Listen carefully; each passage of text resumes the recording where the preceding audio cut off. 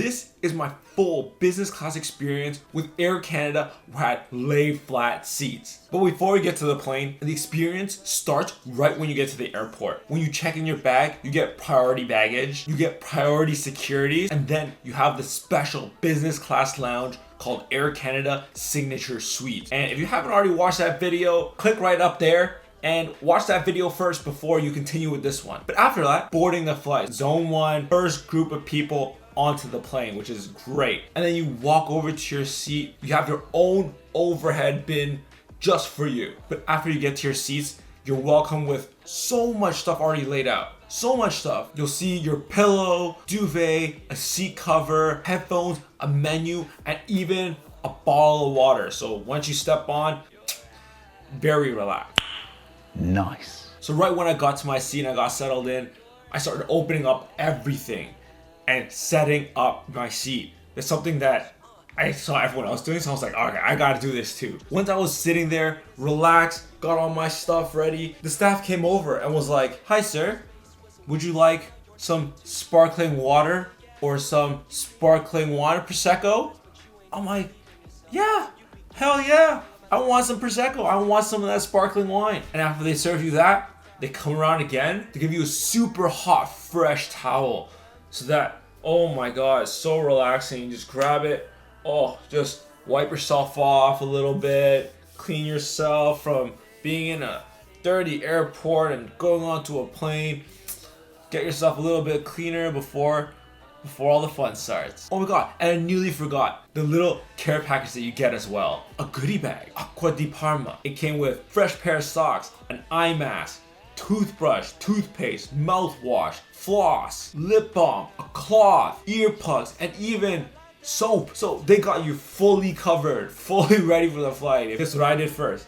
I took that pair of socks and got myself real comfy. So took off my shoes and my own socks, put these fresh ones on, just stored my shoes away underneath the little footwell. Just sit the rest of my flight relaxed with my new fresh socks on. So now let's talk about the actual seat and the setup. On one of your sides, mine was on the left side, there's an armrest that you can bring up or down so you get the right level of comfort. So it's right there wherever you need it, whether it's higher, lower, if you're shorter, you get to adjust all of that. Next, you have your big in-flight entertainment system right in front of you. Very good quality, touchscreen, you can swipe left, right, pick whatever you want to watch, or it's a little far away. Oh, I don't want to reach for it. There's a little control on the side. You can just use the controller, click away, get to where you want to be. And I nearly forgot to mention, with that giant entertainment system, you also get these headphones that are over ear, which they're not noise canceling, but because they're over ear, you hear so much less of the plane, and they're actually really fantastic and way, way, way better than the earphones you usually get in economy. Right in front of you, you got your tray table. You can slide it on out, unfold it. It's really big. You fit like a full laptop there. It's like no problem. And then you have the seat controls on the side. So the seat controls are fantastic. There's so many options. So first things first, there's a light option. There's the light above you, the light in the footwell. There's even a control to control the shade of the windows next to you. So you can turn it as dim as you want it, no light at all if you don't. So you get to control all of that right from your seat. You also have a small little light right next to you if you're trying to read a book or do some work on your laptop in your lap, and it'll brighten things right up. And then your seat options. You can control where the headrest is.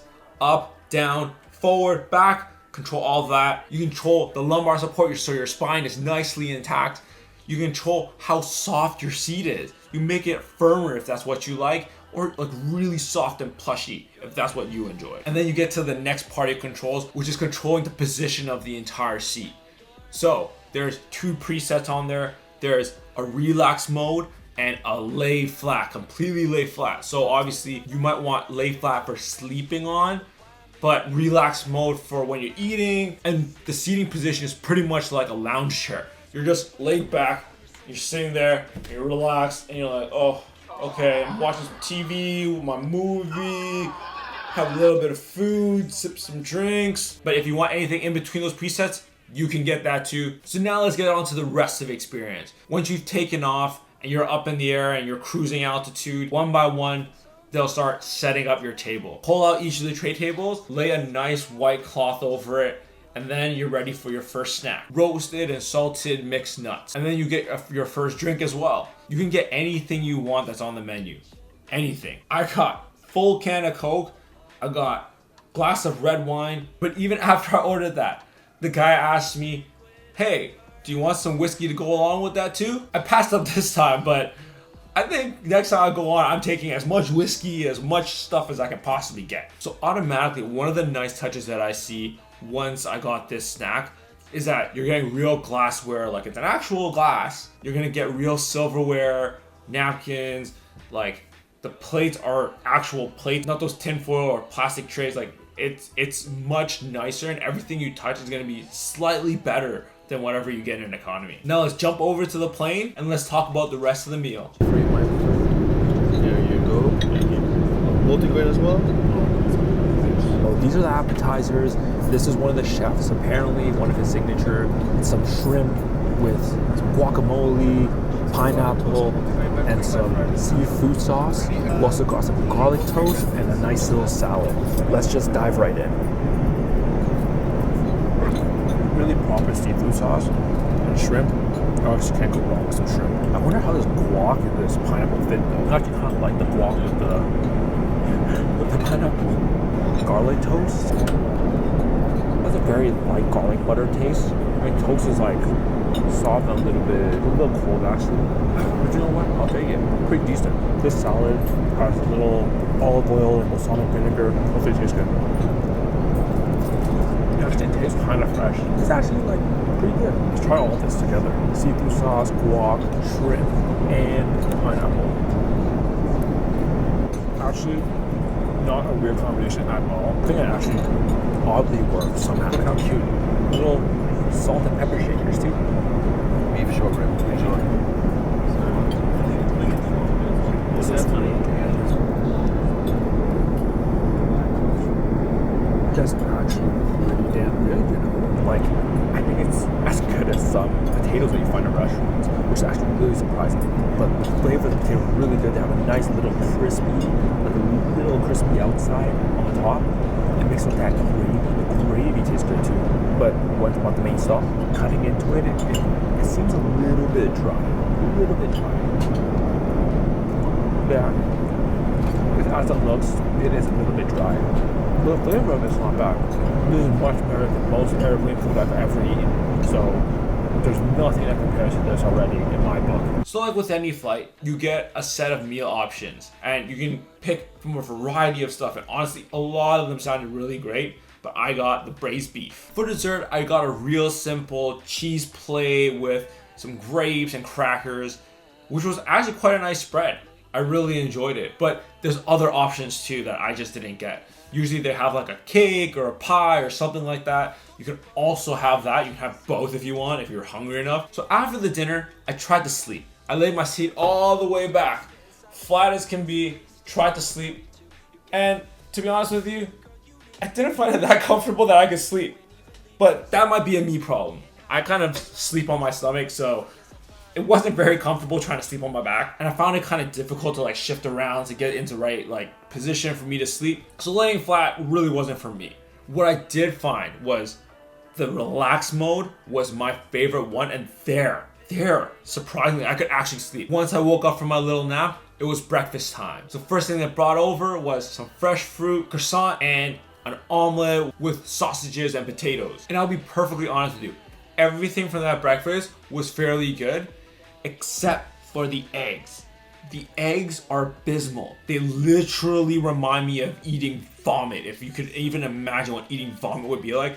Eggs are so horrible on these planes. I have no idea like why they even bother serving them, but they're absolutely disgusting. I hated it. Even in business class, eggs are absolutely garbage, and I couldn't finish it for the life of me.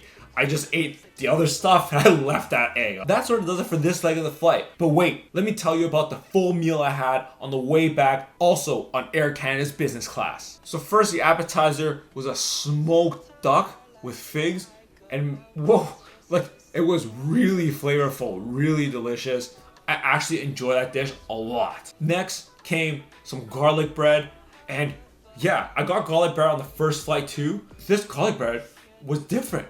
It was better. It was fluffier. It had more flavor. It was just better. I don't know what they did there, but this was a better garlic bread. There was also a nice fresh salad with some vinaigrette. It was fairly good. Now for the main meal. I was going through the menu. Rack of lamb. I'm like, rack of lamb on a plane? I had to get it. And when it came, I was like, wow. It looks like a healthy portion of rack of lamb. And I was like, this is fantastic. And remember the braised beef from the first flight. I was a little skeptical even when I saw this rack of lamb. I was like, maybe it'll be a little bit dry like that beef. But reserve judgment. Let's see what it's like when I actually eat the meal. And to my surprise, it was fantastic. It was so juicy, had great flavor. It was seasoned so nice.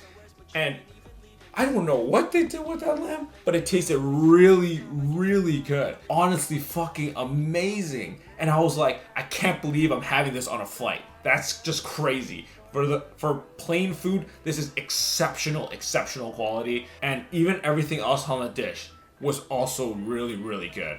The entire meal there was fantastic. And then for dessert, I had to get my same platter of cheeses, crackers, and grapes. And if you had to compare the two, wow. The first one was so basic in comparison. The flavors weren't as prominent, weren't as strong, weren't as unique. This one had a better variety. There was one that's a little bit like aged and musty. Then there was another one that's just really, really creamy, and the last one was salty. And even the crackers were better. How did I not have this on the first flight? Why did I only have it now? And I also got a pistachio chocolate cake, which was fairly good as well, but nothing to really rave about. And next, you're probably wondering what was for breakfast. Well, I was in that relaxed mode. I was sleeping, and I slept all the way through breakfast. I woke up and breakfast was done already. So I didn't have breakfast on the way back, but honestly, I'm not even mad about it. I was so happy to get some rest on the plane.